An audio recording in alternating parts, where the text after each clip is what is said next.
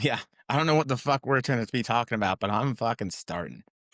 Like the little cat baby balls Yeah, so I have that a hairless Sphinx, and it's got tiny little smooth balls, and he puts them in my face. Yesterday, I was doing a client video, and it literally is like kept taking its like balls and backing them up against me. She screenshotted and sent me. It's actually she's my client. She's been my client a long time, and she's actually my assistant now. And she screen recorded and was sending me these screenshots of my cat teabagging me and me yelling at it. It's love. It's love. That's what you do to people that you love, right?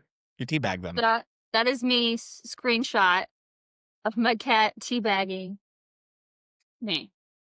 It's a great way to start the Happy episode. Friday. Don't forget to They won't spay even and hear neuter this your till pets. Sunday. Well, it's our Friday. Yeah. I feel like been it's gonna be like a Sunday-ish. Let's be real. It's gonna be Because whenever Steven yeah, uploads. whenever the fuck I feel like it. That's what I love about this podcast. We have no sense of direction. We have no. It's just three people. Just like, hey, you guys want to chat for like an hour every Friday? Let's just float through life together. I feel like we've been chatting more than that again lately, which I actually am happy about. Yeah, me too. It's been nice. My dog is now like. Don't think I have fucking feelings, but I like it. And then the goat, my goat yesterday. My goat's name is officially Tina, which is my mother-in-law's name. Which people are like, is she mad? I'm like, no, she doesn't care. My son technically named it.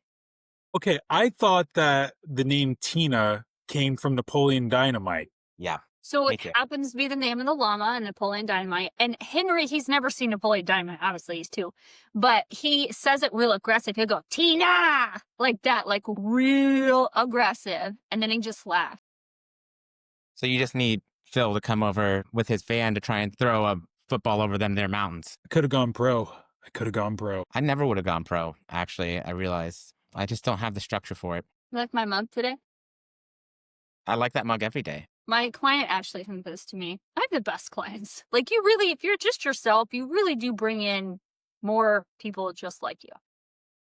I was amazed at, I guess it's been what, 3 weeks maybe? 2, 3 weeks? Something since I've been out on my own. And like my clients all had such very nice things to tell me and say to me, and it makes me very uncomfortable.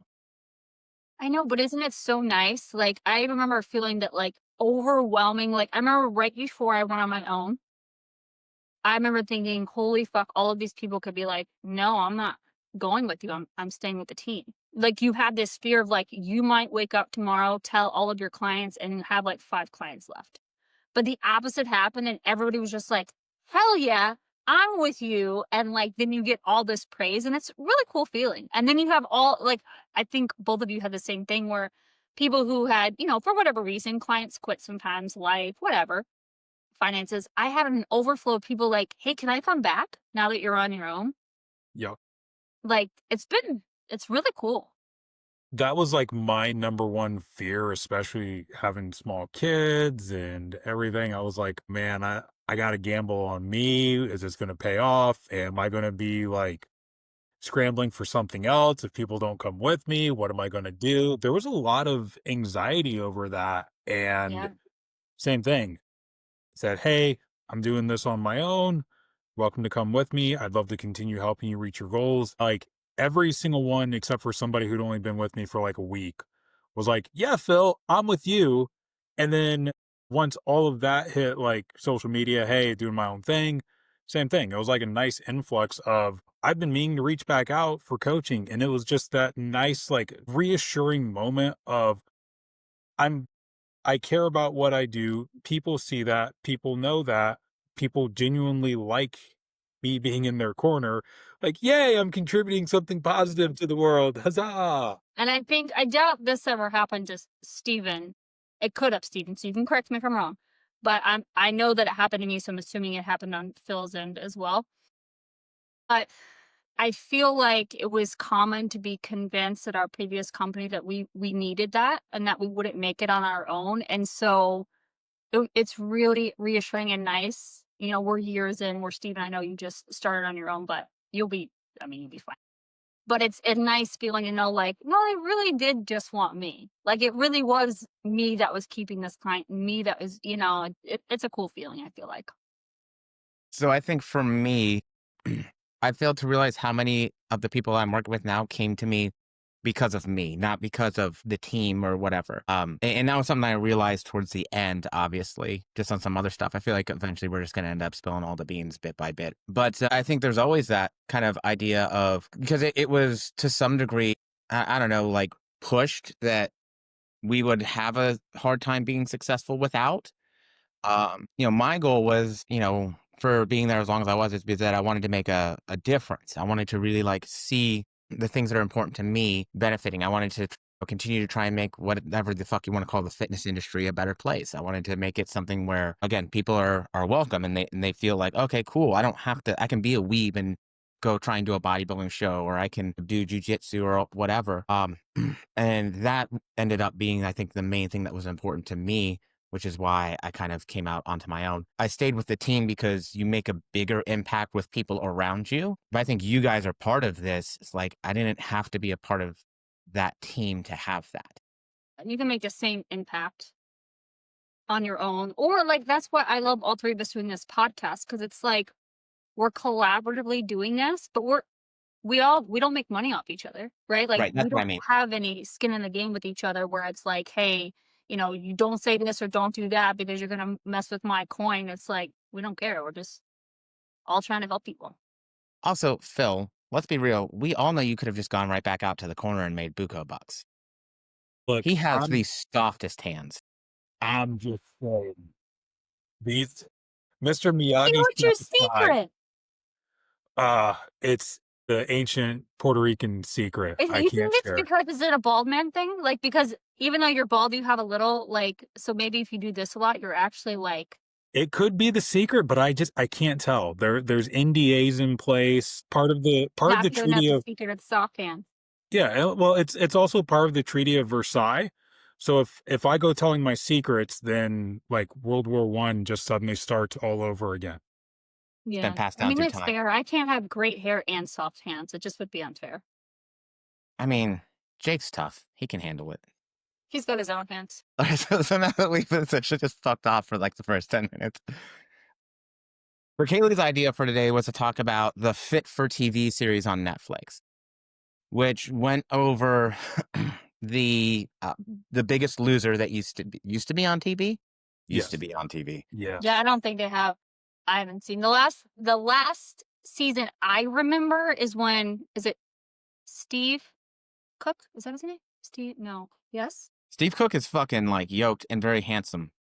He was like a men's physique guy back in the day for Yeah, yeah. bodybuilding. So he Yeah, yeah. was on The Biggest Loser at some point. And that's the last time I remember even hearing about The Biggest Loser. Is he was a trainer, I think, on there before. Well, I thought it was interesting because when I started coaching, one of my first clients was a prior contestant on The Biggest Loser. Wow. So like that was literally one of the first people I worked with as a coach online. And I remember that like we went to Panera Bread because they were actually local, and we met them, and I sat down with her and her family, and her sister was on the team and doing powerlifting and stuff. And so for me, I was like, oh yeah, that really brings back some memories of what that person was really challenged with. And obviously what I'm sure we all know was the case for the vast majority of those people coming off that show. But I had never really watched the show because it wasn't something that interested me. I always felt like, I don't know, it felt kind of dirty, which I guess makes sense. It's the same thing like Jersey Shore kind of feels kind of dirty. You know, Love Island feels kind of dirty. I don't watch any of that stuff. Get into a whole lot of reality TV. I did like Love is Blind for a little while. Like that was like, but I never got into The Bachelor. I did watch The Biggest Loser a little bit, but would have been when I was like a teenager, and that's when you didn't have like streaming Yeah, apps. Then you just kind of watched what was on TV. I remember whenever this show came out, because this was pretty early on in like my own fitness journey, and a lot of it really resonated. Again, I was well over 330 pounds whenever I was 16 years old. Scale couldn't even register what my highest weight was. It just came back 888.8. So like, hey, I really have a lot of things going wrong. So this was like the only reality show that I watched. The only other thing that comes close for me, because it's just not my jam. I guess you could say like Survivor Man with less Stroud, but That's literally just a dude. Phenomenal show. Literally, he is the cameraman and everything, and he would film himself having to walk back to go get the camera. I don't But think he drank his own pee though, so it Oh, wasn't and quite as Biggest Loser debuted in 2004, FYI. I just Googled it real quick because I couldn't remember, which is also the yeah. year my graduation year. you fucking beat me to it, you bastard. So I remember this show very, very vividly. I love all the middle fingers going around right now. This is amazing. People, please watch on YouTube. We're super professional. Super. But this docu-series was very hard for me to watch. I couldn't watch more than one episode at a time because it just stirred up a lot of things for me. I'm gonna be just completely raw and honest here.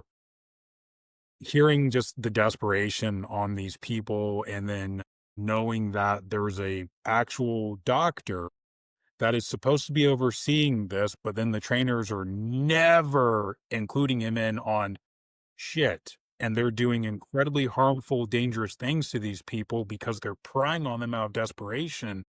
And treating him like shit. Like, I remember, No.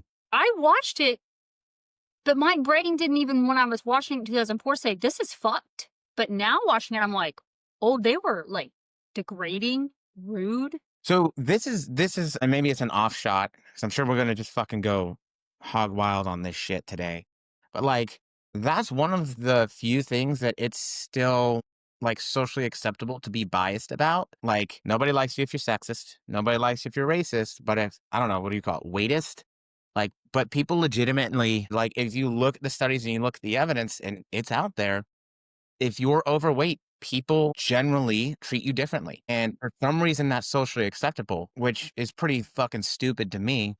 But because it seems like, and I actually like my grandparents, I guess were probably pretty progressive for their age. I remember hearing a story about my uncle inviting somebody over, and his parents had to call my grandfather and be like, "Are you sure? You know this, right? You know this is who we are." He's like, "No, yeah, we want you to come over for the birthday party." And like they just didn't understand like why that was a big deal. But like being overweight, one, we know there's genetic factors, we know there's socioeconomic factors. There are things that yes are in people's control, but like it's kind of like the difference I like to think of, okay, well maybe my car has power steering, but yours doesn't. Which one's fucking easier to control? I think there's a huge mental aspect in it too that people just don't realize. They think it's as easy as, why don't you just stop eating? Why don't you just make a better choice? But it, it's not that simple, obviously, for everybody. It's very hard, and just to add on to what you said there, Stephen, there's even studies that show people will view an overweight child as older than what they actually are and try to push them through childhood faster, essentially. And my own experience of that, I was always the biggest kid in my grade level, not just my class, my grade level. It's heartbreaking to see something that, like you said, there's a lot of genetic component, there's a lot of socioeconomic component to it, there's a lot of just lack of education to it. My parents, even to this day, if I ask, "Hey, how many calories are in a gram of protein?" My parents are not answering that question correctly.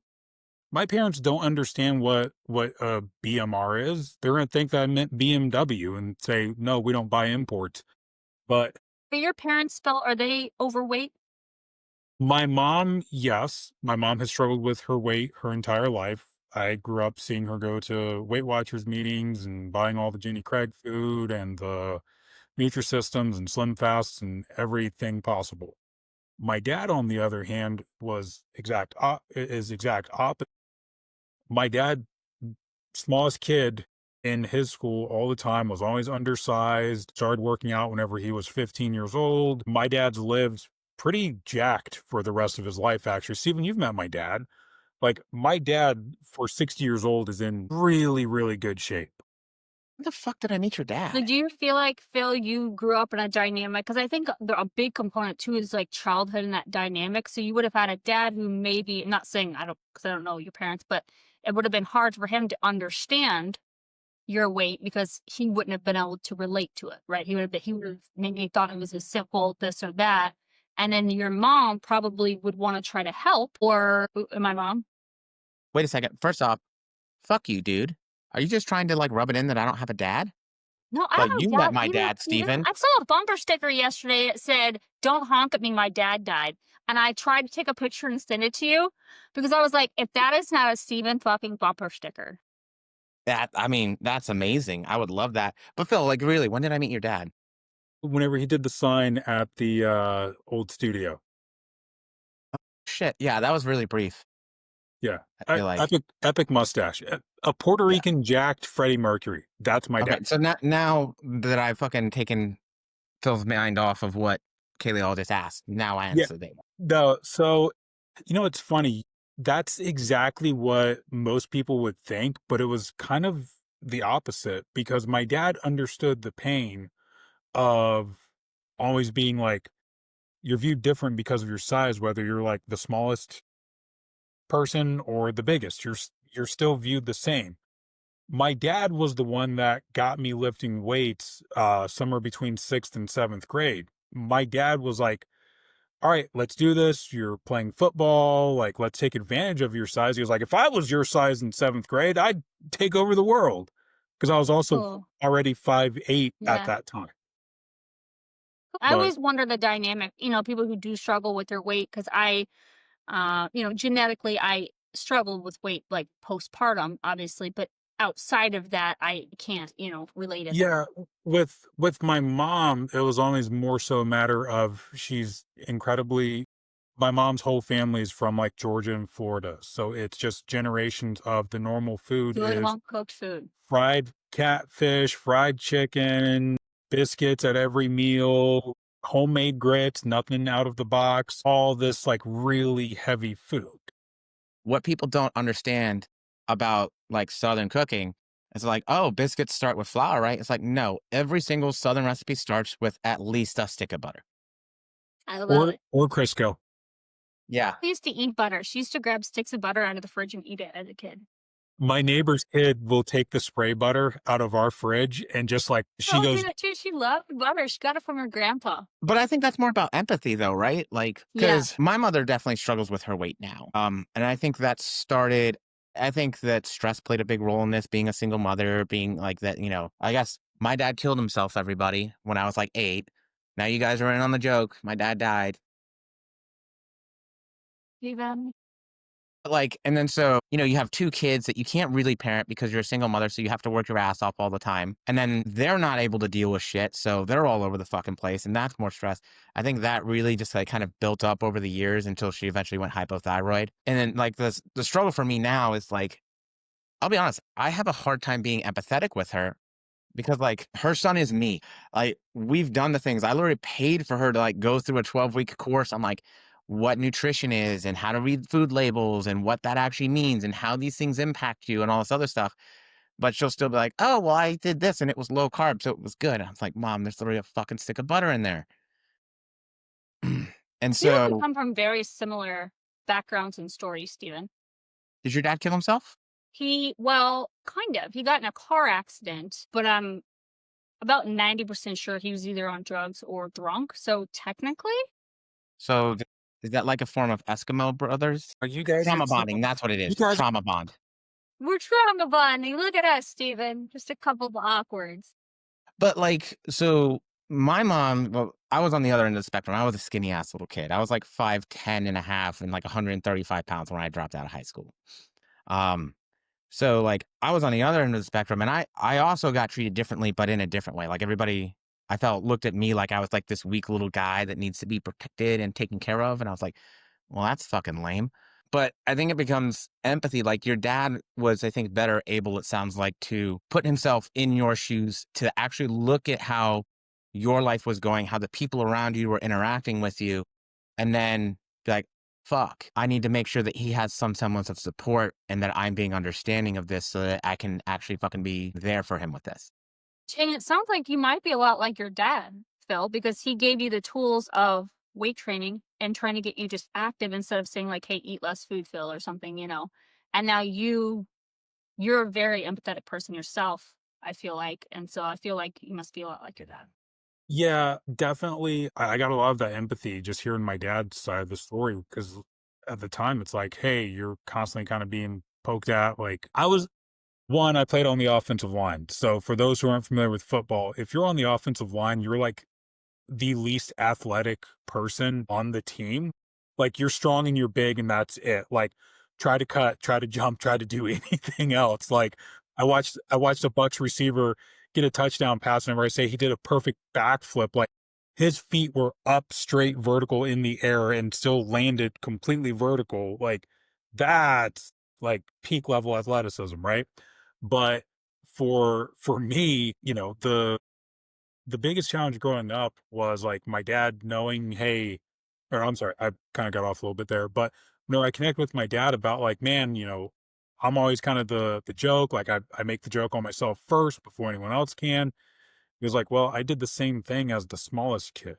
And it was like a giant light bulb connection moment. And that's why my dad and I have had such a tight bond, and we really used football and weightlifting and then boxing to just kind of be an outlet. But no matter what, I still couldn't lose the weight. Now that's where my dad just didn't have any nutrition knowledge, and even to this day still really doesn't.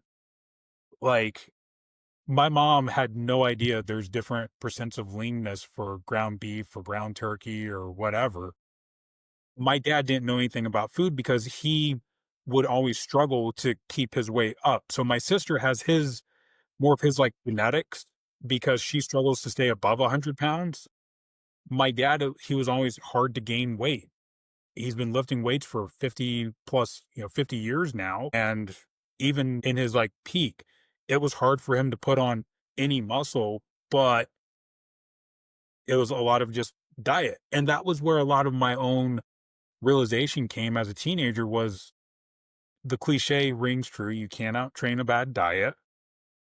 And then I realized, okay, well, I'm drinking a 2 liter of Mountain Dew like every day. I'm able to put away like 2 Tombstone frozen pizzas by myself every day.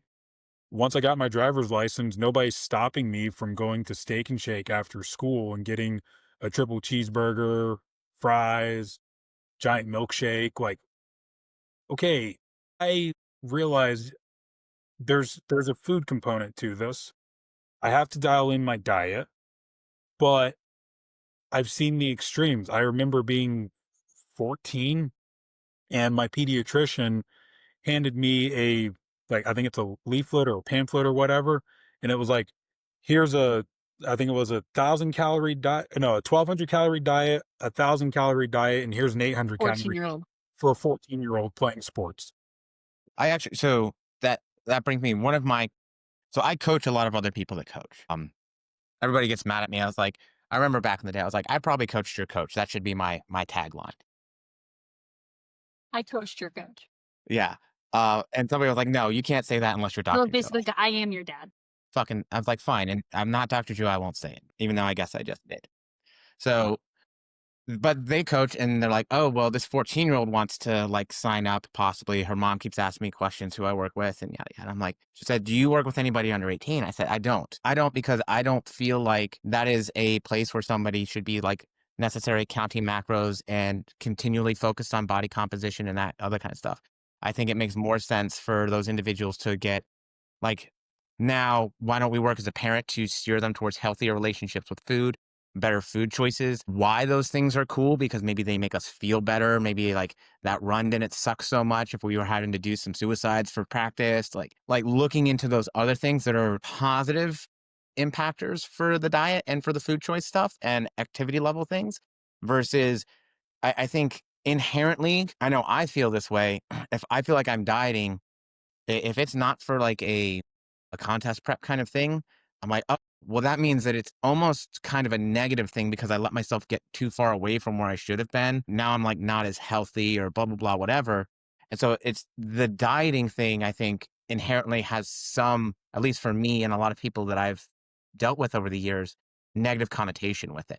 Yeah, I agree with that. Because every time I diet when I'm not in a contest prep, I feel like I get this from my mom is I watched her get to a point where she was unhappy and embarrassed. So every time I find that I'm tipping to that, I won't allow myself like I will purposely rein things in because I'm basically scared of becoming my mother in the regard of being so unhappy because she just stopped going to social events and being embarrassed so she would run into somebody when she used to be 40 pounds lighter or whatever the situation is. So I find myself pushing that pendulum down every time I can feel it coming up.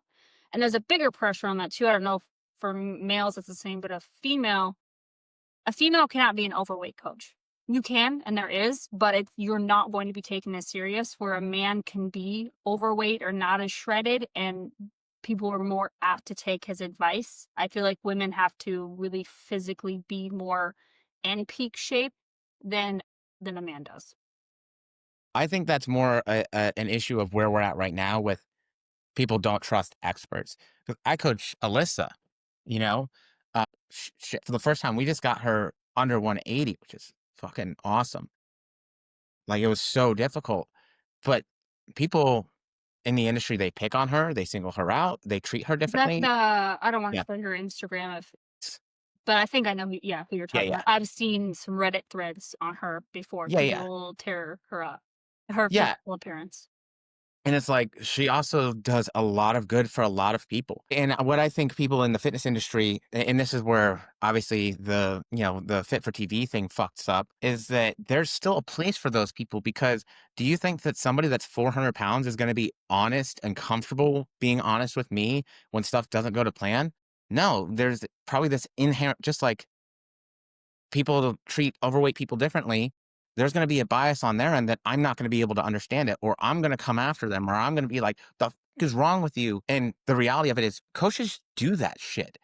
So, like, there's also a place for people that aren't fucking contest lean all the time, but are still like trying to do the right things to be healthy and active and like have a good lifestyle. And so I think that's a misnomer. And I think, unfortunately, because of where we're at, the way that marketing goes right now is so fucking visual because nobody's paying attention for long periods of time. Thanks, guys, for listening to us. That like, if they don't see something that's like eye catching right off the bat, they're fucking on to the next thing. And then so what that does is it creates this body dysmorphia for a lot of people because now that's their normal, quote unquote, right? Because that's what they see so often because it's always being marketed to them. And then you look at yourself and you're like, well, what the fuck's wrong with me? Because I don't look like that. And it's like, shit. And And then so someone underlying it creates more Yeah, fucking someone problems. who's never been either stage lean or like, I want to say, I mean, when I say unhealthy lean, I mean lean where you're overly tired, overly irritable, very food focused. If you've never been that lean before, when you visually see it in marketing, you don't know that you don't want that. So you're Hmm. going to chase an image because you don't know what it feels like being that body. And you assume that however you feel in your heavier body has got to be worse than how these people in their lean body feel. Because you think that it like opens up these doors that it really doesn't open. It closes more doors. Being stage lean closes a lot of doors because you're hungry. You don't want to go out in public. You don't like, it's not super enjoyable. Your No, wife and doesn't like wearing the cupcake outfit. no, man. So I get that a lot. I get that a lot whenever people are like first inquiring about like, okay, well, what are your goals? And like for guys, it's the magic number is always I want to be 10% body fat. It's like I really doubt that you do because you're not going to be strong. You're going to be achy. You're going to be irritable. You're not going to have much of a sex drive. It's like, like what we were talking about with the finasteride on the last podcast. Like, what's the point in having a head of hair if it means that potentially I can't get an erection? What's the point in being that lean whenever you're married if you're not getting on a stage? You're going to have like no libido, no sex drive. It's like having a sports car in the garage, but there's no damn engine in it. Can't do anything with it. So let's talk about that real quick with a quick offshot, because the guys that do still are normally guys that are taking exogenous hormones, like testosterone replacement therapy stuff. Because what happens as a male is leptin lowers, some other things happen, and your body just stops producing as much sex hormones. So for guys that are on testosterone replacement therapy or gear or whatever the fuck you want to call it, yeah, fail baby, those individuals are not going to be impacted the same way because they're getting their testosterone from the outside, not from the inside. Everything is just automatically being cut off because it's like a pipe supply for your sex driven hormones, FSH, LH, leads to testosterone, leads to estrogen as like the cutoff flow. So whenever you're bypassing FSH and LH and you're just putting testosterone straight in, that's why guys on testosterone therapy will possibly also get on like an aromatase inhibitor to control their estrogen, because otherwise you just have conversion, conversion, conversion. But sorry, we'll probably do another topic at some point on TRT. I'm happy to talk about my Balls. experiences. Right, balls, Great. Can't balls. wait for that episode. So, yeah, Your cat will replace you for that one, Kaylee. Yes, I'll just Haley, you put just my cat in his balls right here. no, get like one of those masks, those paper masks made, and just cut the holes out for your eyes, and then just the balls will be your nose, like right there. I love it. And I'll just do this every now and then, or I'll just teabag the screen. There you Love it. go. But like, it was crazy, fucking right.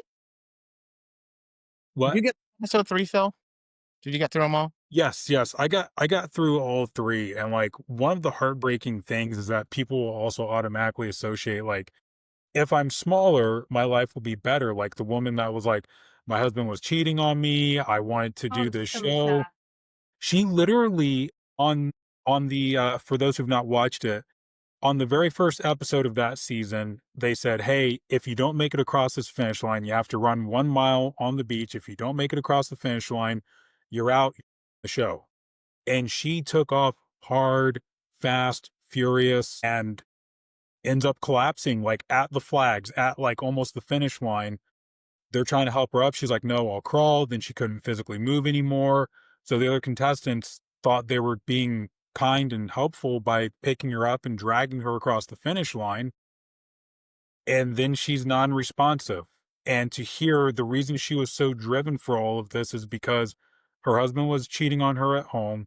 She thought if she lost weight and was smaller, her husband would stop cheating on her, find her attractive again, and she would be able to keep her family together. And as a parent and as somebody who struggled with my weight, that is really fucking hard for me to hear, because your weight is not your value.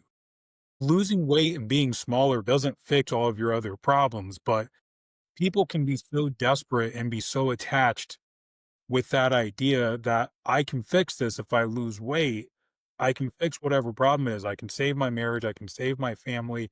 I can get the promotion at work. I can magically turn all my life around by just weighing less in pounds. And it's fucking infuriating, because the least interesting thing about anyone in the world is how much do they weigh. Like, for all I know, the world's largest person could be a phenomenal piano player, or they might have just an incredible knowledge on, like, the Roman Empire, or the smallest person in the world could be just the best crocheter in the world. I don't know, but A renowned it's astrophysicist, maybe. I tell yeah, clients a lot, I'm like, no one's ever going to say, man, that vacation would have been a whole lot more fun if they would have just weighed less. Your friends are not going to say that about you. You know what I mean? And so, but people really think that, like, if you feel uncomfortable in your bathing suit, or that something like that, that is actually so minute that it's more important than it really is. And if your husband or your wife is cheating on you because of your weight, don't lose weight. Get a new husband or wife. 1000%. Like, Or don't get a new husband and wife at all, but just get rid of that one. well, yeah, that's what I mean. You know what I mean? Like, don't lose the weight, lose the baggage. Lose the dead weight. And so I think for me, like, I think for a lot of these people, like their uncomfortableness in the bathing suit or whatever, like that is a big deal for them. Yeah, no, I oh, think yeah. the big point is that like none of our friends care. Like most of my closest friends are overweight. Most of the people that I love most in the world are overweight. I'm a fitness coach. Like, do I care? No, I don't fucking care.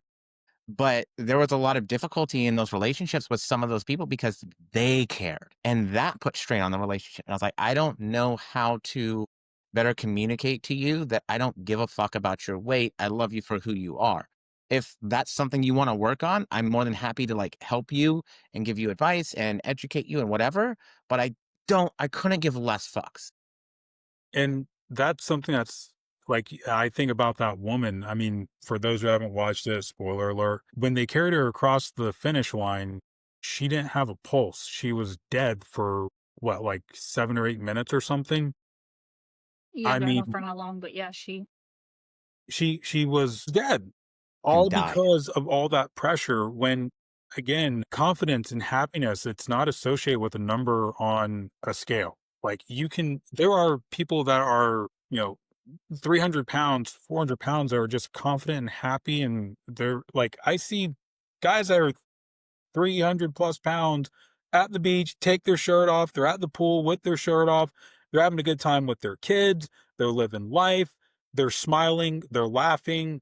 Like, Yeah. that's a Confidence confident is an person. internal thing, not an external thing. Because I've seen people who think, because I have confidence issues at times too. And sometimes I'll see somebody like rocking a really good outfit. And I'm like, why can't I have their confidence? Like, where's that confidence line for me? So I think people assume it's a weight thing, but it's not. It's an internal mental, like how you feel about yourself at the end of the day, if that makes sense. Yeah, well, by the way, I think that run thing that they did also was one of the ones that the doctor didn't get invited to, because anybody worth their salt as a fitness professional, medical professional, would look at them saying, "Okay, cool, we're gonna put you out on a hot ass beach, have you Sure. run a fucking mile as fast as you can in the sand when you're not in shape, haven't been exercising, have all of these other, I'm we'll say, surprised there wasn't more contraindications." issues, honestly, on that show then, which there probably plenty we just never heard about. But I think it's a really important thing that that documentary is a good look at. You don't want to do things as fast as you can. Like if you feel like you do, like there's a considerable amount of weight you want to lose, or even if you just have a little bit, like slow and steady is the way to go, because these people, they did extreme, I think someone said they were doing like 500-600 calories a day, plus taking caffeine pills, plus, I mean, hours of cardio a day, and they lost a bunch of weight. I didn't even realize the timeline was so small watching the show when I was younger. But then most of them gain the weight right back, and sometimes more than what they had even lost initially. And so if they would have just taken it slow and steady, but that obviously wouldn't make good TV. But Yeah. and I mean, like, you go into that, I'm like, somebody's probably gonna fucking die doing that to that group of people with that activity. It's not even a second thought. I was like, "Fuck no, we're not doing that." Like, do you want to die? Do you want to give yourself rhabdo? Which is, from what I remember, she did give herself yeah. rhabdo with this, which is where you have so much protein breakdown that goes into the bloodstream that it backs up and it essentially stops your kidney functions. And I've known other people that have gotten rhabdo too, and they were just on a transplant list, waiting for new kidneys until they died. You don't, like, so depending how bad that is, it can fucking end you. But like this was the thing. I saw so much stuff in terms of like the things they were having them do that I was like, what? I was like, in what person's right mind with any kind of education or common sense would be like, yeah, let me send this 400-pound person to go exercise 8 hours a fucking day with zero intro to that. And then And then, all those people were famous trainers after the show. After people watched what they put them to, they became, I mean, they're all rich trainers. I mean, I believe still to this day. Yeah, because Insane. it became a brand. They Yeah. had protein shakes, they had shakers, they had shirts, they had a freaking video game on the Wii back in the day.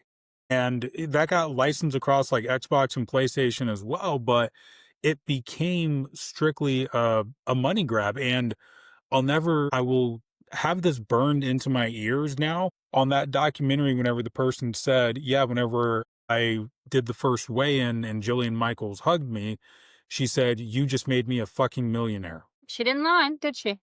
Like, wow, tell me your motivation. Like, that's your first response to somebody losing weight on national TV is, I'm now a millionaire. I'm set for life. And then she didn't even have the backbone to appear on there. Like, Bob Harper Yeah. did some bad stuff too, but Bob was also always like the much softer of the two, more of like the encourager, but you're still doing the exact same bullshit of having a 400 pound person eating 800 calories a day, putting them through work for 6 to 8 hours a day, and absurd challenges that were just there to dehumanize people. Oh, hey, we're going to have you carry food in your mouth from this table to that table as a part of a challenge. Remember the one, whoever could gain the most weight in a certain amount of time could see their family? Right. I stupid. mean, it's again just preying on desperate people. And then I was so glad because I remember whenever this happened in 2016, whenever Bob That was Harper. their last season. The last season was 2016. Yeah.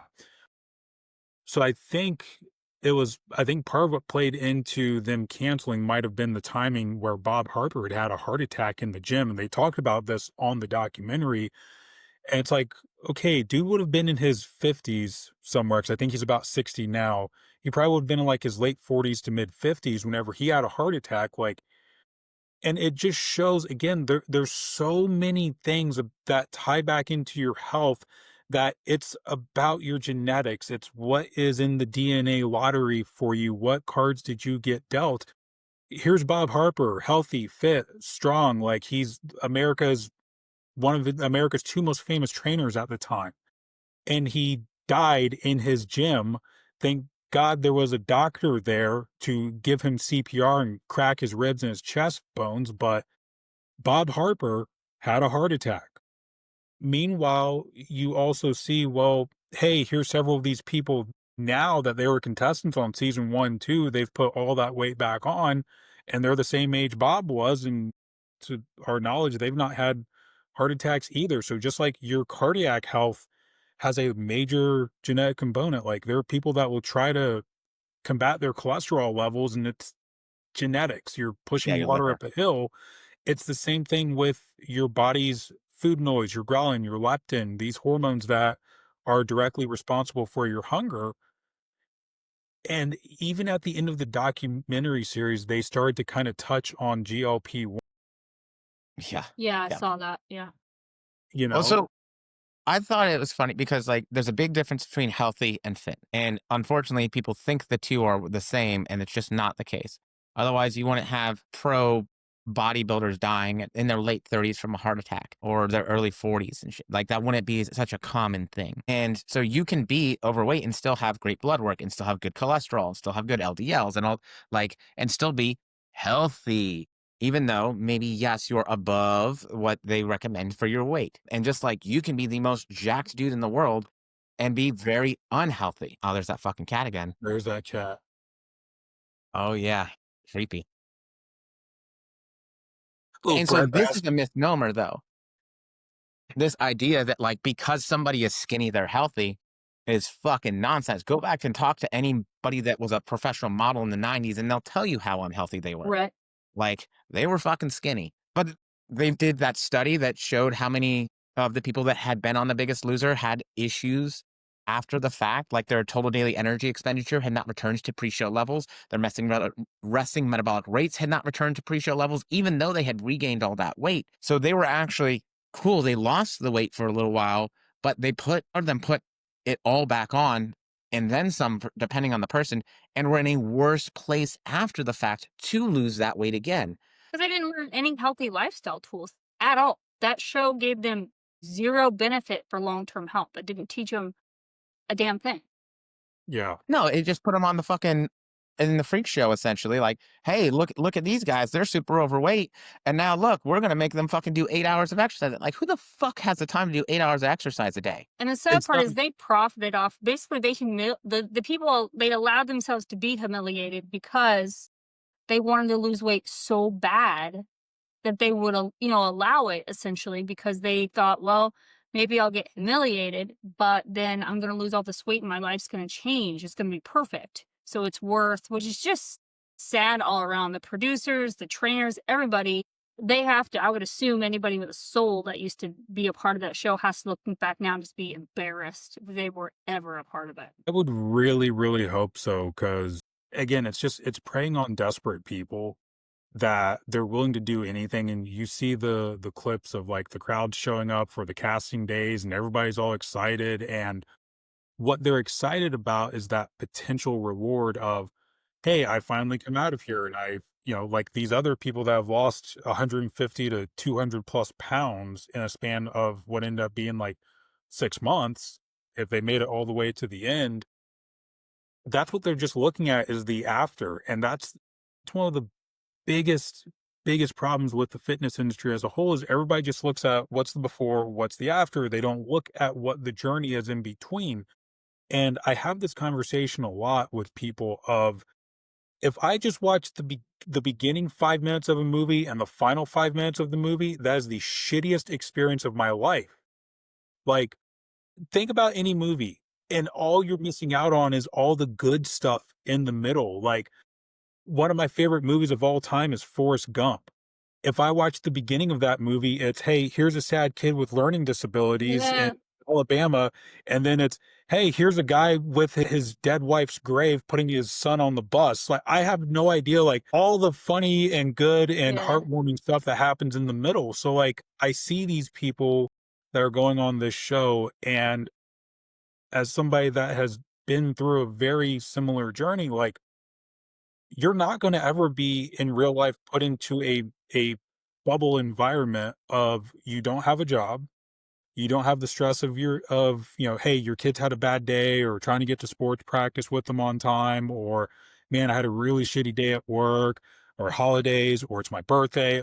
You're never gonna have a 6-month bubble period like that where your sole and only job is just to work out for 8 hours a day.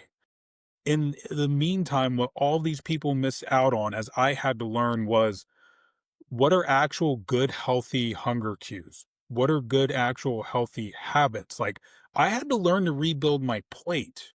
I had to learn portion control. I had to learn how to tell if I'm hungry, if I'm bored, if I'm angry, lonely, tired, sad, whenever I'm about to go to eat. But I also had to learn the emotional component of if I'm sad and I'm turning to food, it's not an active act of self-sabotage. I'm not turning to that food with the intention of, I want to gain all this weight and be in a caloric surplus.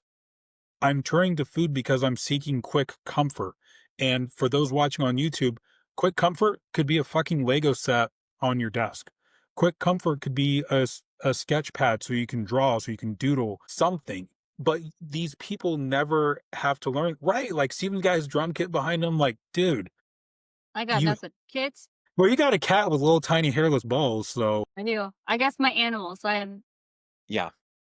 But that comes Yeah, down to coping mechanisms, yep. which is like a completely different thing. And so many of us don't recognize that we use food as a coping mechanism. And like some people get away with it more than others, but it's a really big deal. And if we can't find positive ways to have that stress management and coping going on, like it's just a recipe for bad things to happen. Now, whether that's your food choices, whether that's, you know, shoot, I know plenty of people that have poor coping mechanisms that are they drink a lot, or maybe they do other things a lot. You know what I mean? It just creates problems. So I think you're right. It's all about lifestyle change, and that quick fix doesn't do that.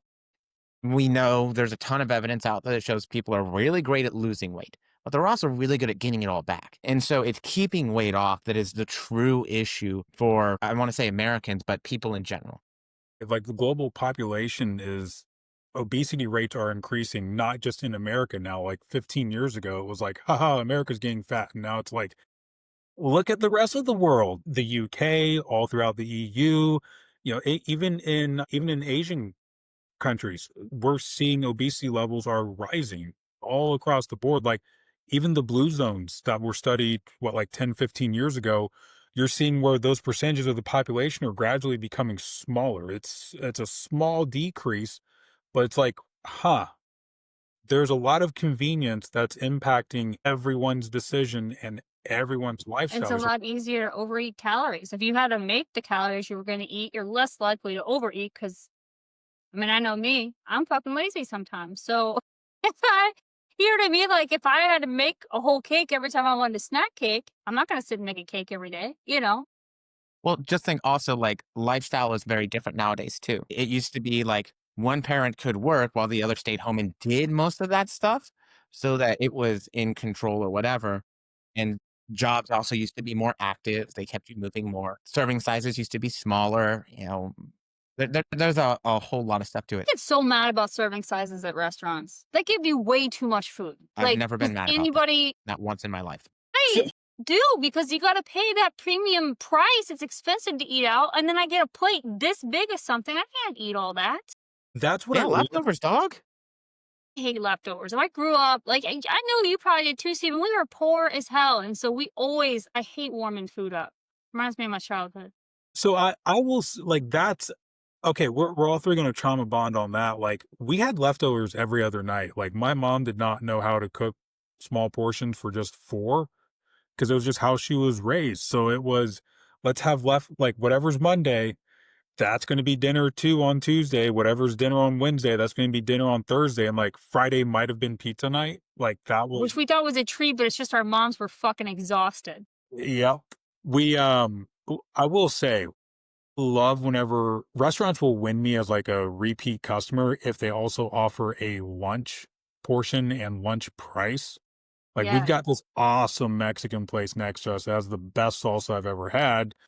And they do the exact same dinner menu for lunch for like, I don't know, probably like 2/3 of the price, but it's a much smaller thing. Cheesecake Factory has a lot of lunch portions. I love Cheesecake Factory.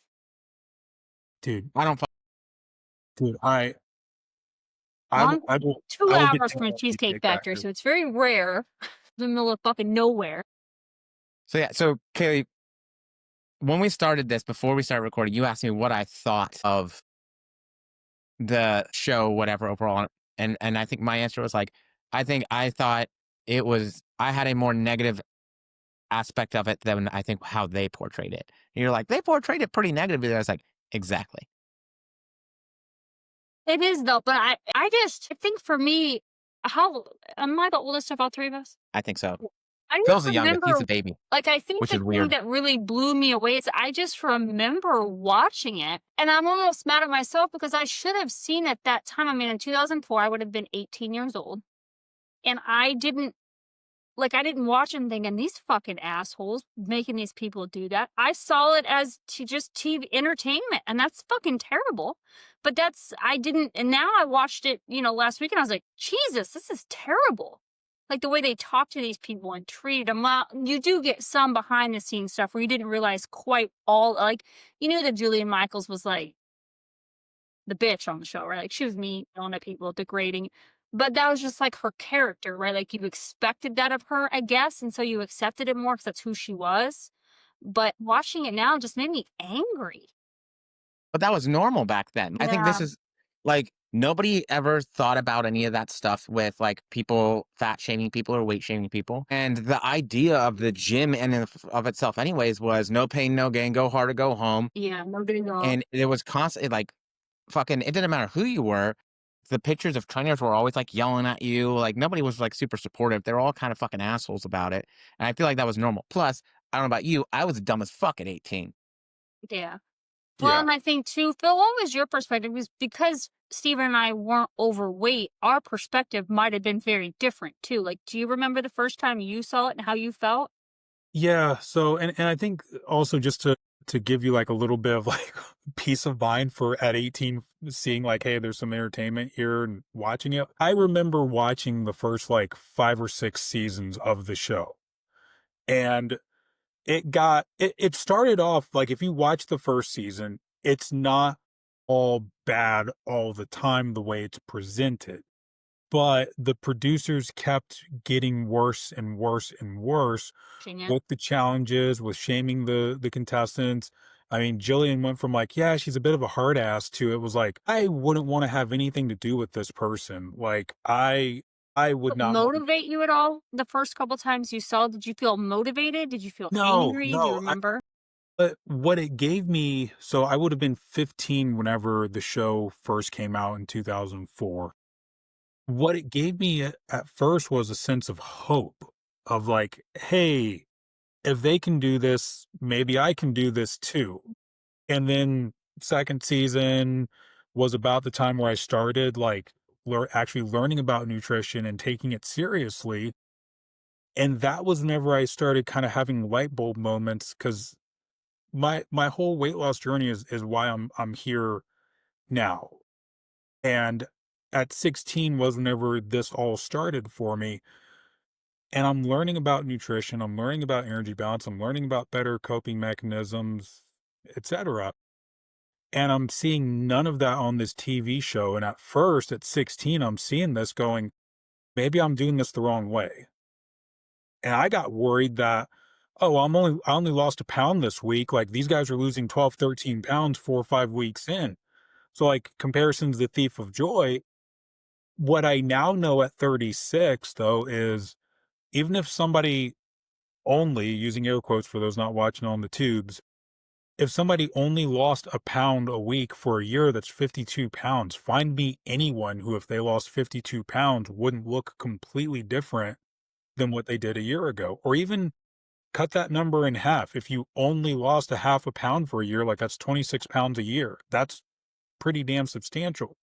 So I went from feeling like maybe I'm doing it the wrong way to like by the third season, I'm going, okay, I got questions about that. I got questions about that. I'm questioning this. Like I talked to my weightlifting coach. At the time, I was paying an online bench coach to analyze my bench press because I was competitive in team powerlifting.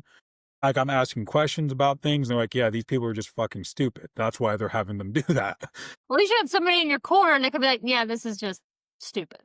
And then by the time like the fourth season rolled around, I remember having like a moment of turn the TV off. I was like, this is just fucking absurd. Which it actually, hearing you talk probably is very similar to people who watch what other people eat on social media now, whether you're on a contest prep or not. I know I get from clients sometimes like, how come this client can eat 350 grams of carbs and be this weight and this body composition and I cannot? And there's so many, it's like you said, watching only the beginning and the end. There's so many things in between, like how 100% are they all the time?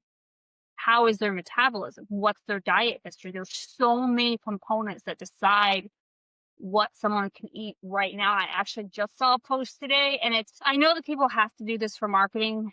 They don't have to. I know they do this for marketing purposes, but just take a client and show their physical body and say they look like this on this amount of calories and they look like this now on the same or higher calories. You're missing so much in between that makes people feel like they're broken or they're doing something wrong or their coach isn't as good because you're not at all catching.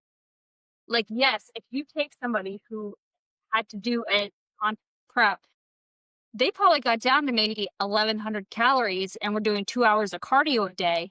So yes, for 2 or 3 weeks, they can eat 1,900 calories again because it hasn't caught up to them yet. They can't keep doing that for 2 years in a row and keep the same body composition. But there's so much in between that you don't see. And that's what is so hard about the coaching, just the dieting industry is you're getting that real quick, hire me, pay me, I know this. And you're missing so much in between. And I wish people could see like you're not broke. There's nothing wrong with you. But we're in a state where people, it's just social media right now, and I hate that part of it so much. I think it's just a pendulum. Like the pendulum had swung, back in the 90s and early 2000s to eat the least amount of food, do all the exercise, fucking do all the shit. And now it's like it came, reverse dieting came around and like all the metabolic adaptation stuff and whatnot. And so now I think it's swung the other way to some degree, like, oh, look how crazy this person looks with all this food. A lot of people also don't understand that drugs can play a really, really fucking big part in that. Not fun drugs, like the bodybuilding drugs kind of things. Not fun drugs. If I'm going to do drugs, I would Are do any fun drugs. drugs fun? I mean, THC can be fun. But Shrooms is it great. can't make you gain weight because you might get super hungry. You ever My- shot a my- machine gun on Side peyote? effects may include tiredness, hunger. I want to do PCP before I die. I But don't when I'm, even like, old. know. Well, I don't even. What does that drug even do to you? A cat, naked cat. Get it? You can Yo, give it a shot. He's fine. Well, it I makes you can't. see naked hairless cats. That's Yo, for don't get one us taken thing. off of YouTube because your fucking cat's bald. Right? But no, and so I think that because I really do like the before and afters of reverse diets. I think those are No, I great do because too. Yeah. because it changes the kind of thought process of, oh, fuck, maybe it's not just about eat less, do more all the time. Maybe there's a bunch of other things I can work on that are going to help me be successful because I keep trying to eat less and then I fucking go crazy and engorge myself. And then it's this, net negative Yeah. for me now. Like, so I love that. I guess we won't have time to touch on the other piece of this that we kind of had discussed, possibly talking about. Yeah, That's like similar. either transformation challenges or like extreme, because it does kind of coincide where a transformation challenge could be extreme for some people because you got a small block of time, and when there's a prize on the line, you're more apt to do something crazy or extreme to get there. So I was actually listening to like this logical fallacy that I guess it's from like it's like psychological economists and like this idea of how when we put something a certain way, we're willing to make a bad decision or do something like if I were to tell you that, you have a 20% chance of winning money, or I'm going to take this, or I'm going to take more money from you and you have a 25% chance of winning money or paying me nothing, most people will go with the bet that they're going to lose more, but they have that chance, even though realistically on paper, just taking the smaller loss would be the better choice, stuff like that. So I think like these things, and The Biggest Loser was one of those things. It was what, a quarter million for those people that they were winning? Puts this fallacy in. It's like, so what's more important, $250,000 or fucking possibly dying on a goddamn beach and having to get airlifted to the hospital on fucking TV? Like, It would take death. some of them would. The It's she insane. So like that's they why I like the continue. other end of the spectrum with this, where it's like, hey, we can work on a lot of other things to make you healthier and to possibly even lose weight that you might not have ever even thought of. That they might have been so far off in your blind spots, and it's not something that's gonna have to make you change your life so dramatically overnight. But it's gonna build on itself, and then that's gonna build on the next thing, and then the next thing's gonna build on that. And then 3 years down the road, you're gonna be like, holy fuck. And when people see you at the high school reunion, they're like, what the fuck happened to you? Like, oh my God, you look amazing. Or, oh my God, like, you look 10 years younger than last time I saw you. When I stopped drinking, I looked younger. Like, so these things can have a really hugely positive impact without doing the crazy shit. And because, again, it goes back to the same thing. Like all these people after the fact, they're putting on back on the weight, but that's not the point. Nobody wants to just lose 40 pounds to fucking get it back. the Unless the I'm wrong, Phil.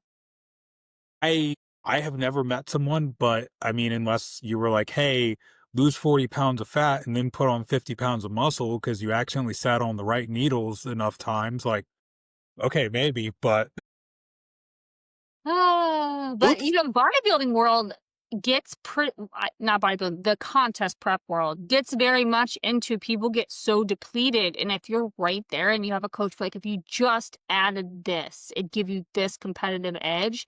It's real easy for somebody to be like, okay. Well, to kind of piggyback on that, think about that woman from the show that died. She continued the contest. She Jesused it. She died, but she came back.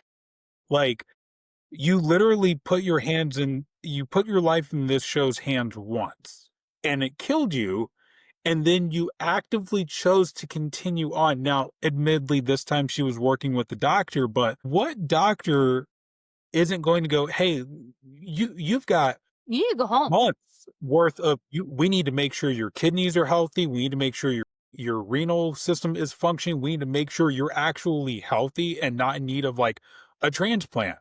You're not knowing that inside of like 2 weeks worth of just monitoring. It's like you had rhabdo. This can absolutely kill you. This can absolutely forever alter your life.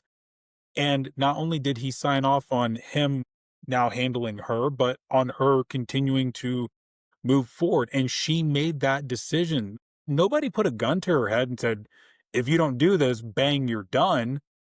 She chose that, even though she died from doing this. And again, it's what will break my heart as a coach, as a human, as somebody who's been through this himself, that's the level of desperation for some people to just be a little smaller, to just, well, if I just do that one thing, like it's worth the risk for me, and then here's all my problems fixed. Like, no. I wish people could see, and I try really hard with my clients, and I think that's where good coaches come in. But for people to see there's so much more than what we physically look like, because if we're all lucky enough to grow old, no one's gonna like. I mean, yes, there's 80-year-old grannies with abs, maybe here or there on the internet, but like for the most part, what we look like is completely irrelevant at that point. Like, I really hope my great grandkids aren't like, man, I had an amazing grandma because like she did bodybuilding shows and she was skinny and she had abs. No, they're gonna be like, she cooked cookies with me, or every holiday we all joined at her house and we had XYZ tradition. Like, there's so much more about us as humans that we're gonna be remembered for, but it's you get like I know postpartum, I struggled really hard with how I looked, especially after my first pregnancy. Because all of a sudden I'm not myself and you think that people are saying things about you or judging you in a way or think you're not as good because of how you look, and it's really really hard to convince yourself that that's not true. And it's not until you get out of that that you're like, "Oh shit, nobody actually cared." You know what I mean? But it's it's really hard, but I try, to let my clients know like there's so much more than how we physically look. Like we don't need to get there as fast as we can. If you can just change tiny, tiny lifestyle habits, you'll feel better, like, you'll have more energy, and you'll sleep better, and you'll like, things that can actually benefit your life versus what you You look like. know, you know what one of my biggest wins as a coach this year has been? I've been working with yeah, I don't want to like necessarily put any names out there, but Steven, very close mutual friend of the two of us. I've been working with him and his wife. And I started working with his wife last December. And one of her goals was she wanted to be able to just go hiking and not hurt. She wanted to be able to go whitewater rafting and zip lining, all these other things I believe they're whitewater rafting actually right fucking now. today. Yeah. Like, but that's the thing. I'm like, man, she's able to go hiking and go do things and make memories with her husband and be able to go do things that 8 months ago she was like, I just physically can't do this without hurting so much that I'm in pain for days. That is such a bigger win for me. That gets me fired up. That gets just all my feel goods going right here, that I'm like, hell yeah, this is what I do. I get to see people fulfill what they want to do. And it has nothing to do with a magical number on the scale. That was never part of our goal, was to get to a certain weight or anything like that, or fit into a bathing suit by summer or anything along those lines that we hear a lot of, where it's like, hey, my success is conditional on if I hit this number on the scale, or it's conditional on if I wear this bikini and feel great, or oh, I'm able to take my shirt off at the pool. Your success should be, hey, how did I feel like 6 months ago or a year ago?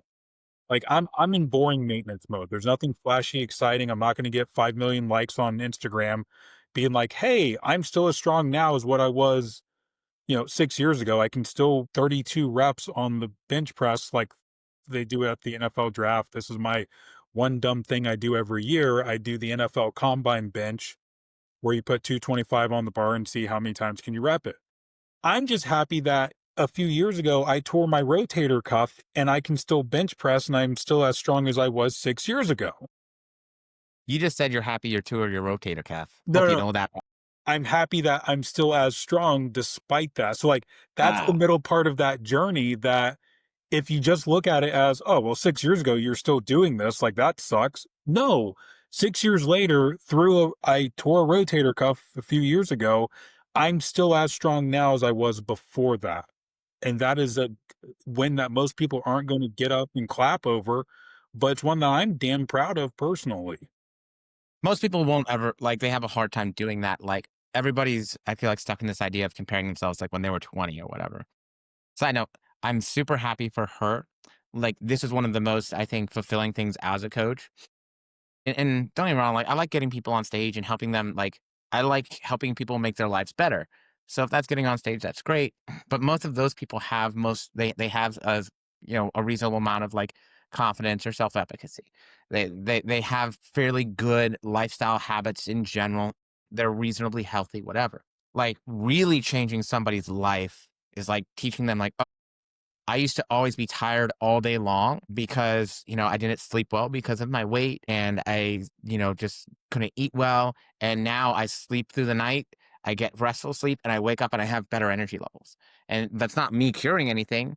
That's just us addressing a lot of things that maybe make a little impact and a little impact and a little impact. But now their quality of life legitimately has gotten to improve. And that's some cool shit.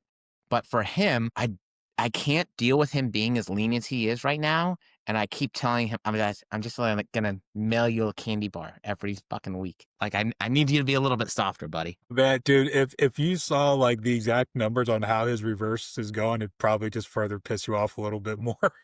Why would it piss me off? Well, no, I mean like same thing. Like, man, he's still as lean despite how much I raise his calories. But it was a whole thing, right? Like he had to make weight for his powerlifting for nationals, and we had Right. to get there. But like he's as lean now, what, 2 months later? Like it's so And cool so to this see. this is why you want to do it not the quick way, because when you do it the right way and you take your time and you invest into that, that's when it becomes a life change. The Biggest Loser, it changed some of those people's lives, but it didn't change their lifestyles for a lot of them, and they Now, ended up some right of them back where did they look started. like they weren't quite Yes. as small as they were at the end of the show, but a lot of them did appear. I mean, looks can be deceiving, but it appears some of them did, in fact, change their Like lifestyles the from looking sisters. were on the show. Some of them were also on the GLP-1s, which helps to reduce the food Yeah. noise, and they did discuss Yeah. that a little bit as well. And I'm not against GLP-1s, but I think they need to be paired with lifestyle change and diet change. Yeah. Like, we have to address the We other things in conjunction with that. I've had some clients that, like, they weaned off of the GLP-1s while we were working Yeah. I together. have a client right now that microdoses on it, and it has actually worked very well. It's a food noise thing. It wasn't anything she was doing wrong. It's just something she needs, to just learn better habits and things. And that's just something that's helping her right now as she kind of gets better at just lifestyle changes. It's like me with antidepressants. They just calm the voice that says, "Nah, My death would be anxiety really pills, cool." so I don't snap the fuck out. Yeah. Like, no, like, "Steven, you can keep living, like, this is I fine." mean, the world's a good place with you in it. Yeah. So, by the way, I've never wanted to kill myself. Like, I guess they call it, passive suicide, this idea that, like, "Yeah, I don't really care if I die." yeah, I get what you're saying. Like, that's what I feel, and I'm like, "Yeah, whatever, we're all gonna die, it's I fine. mean, we I'll all die when I are die." going to. Yeah. I mean, it's the only guarantee in life. Yeah. That, and then I'll make it fucking weird probably. No, So, alright, so I guess let's call it there, and then maybe we'll fucking talk about something different next time. Leave it to Steven. We've talked about all the weirdest shit with Steven today. I'm gonna find that bumper sticker and definitely get you the bumper sticker that says, "Don't honk at me, my dad died." Or my dad did. Oh, man. Do I put it on my dead grandpa's truck, or do I put it on my car? Well, that's a good point. Maybe I'll get you 2.